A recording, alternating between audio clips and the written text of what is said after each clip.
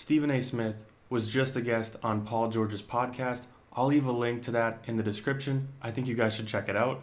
But Stephen A. spoke on Malika Andrews, their verbal altercation on First Take, and some of the backlash she's been facing ever since.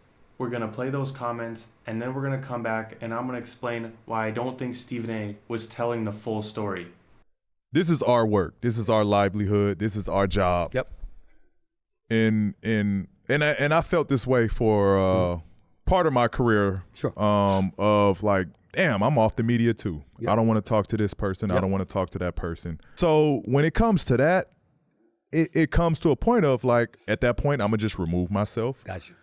And I'm gonna take myself away from talking to the media. Right.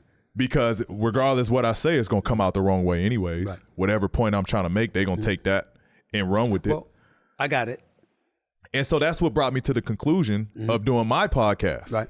Because now I can express how I feel. I can say what I want. And I know it's coming straight from the mouth of me. I don't got to worry about clickbait.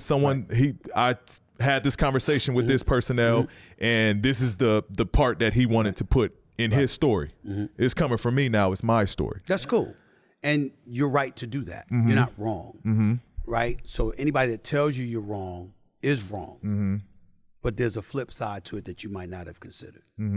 Did you know that if a reporter walks up, let's say, for example, Paul George is, yo, man, I think I'm worth $50 million. I want this contract. And then you struggling.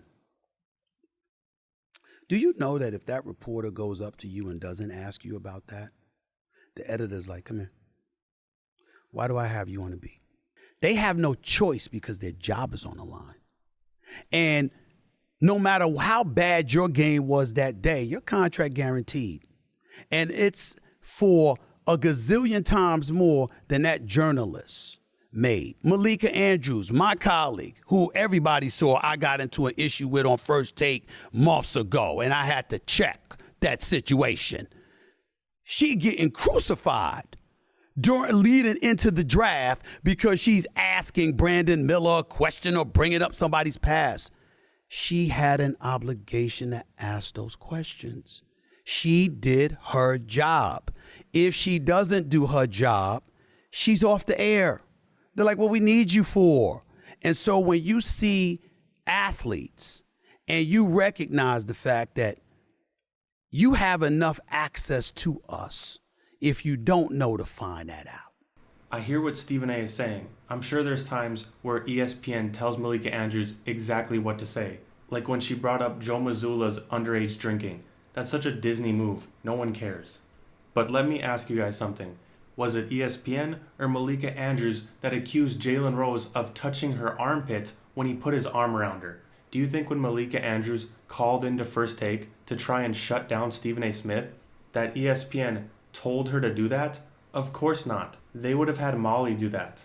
Malika Andrews didn't like what Stephen A. was saying, and she tried to silence him on his own show. That wasn't ESPN.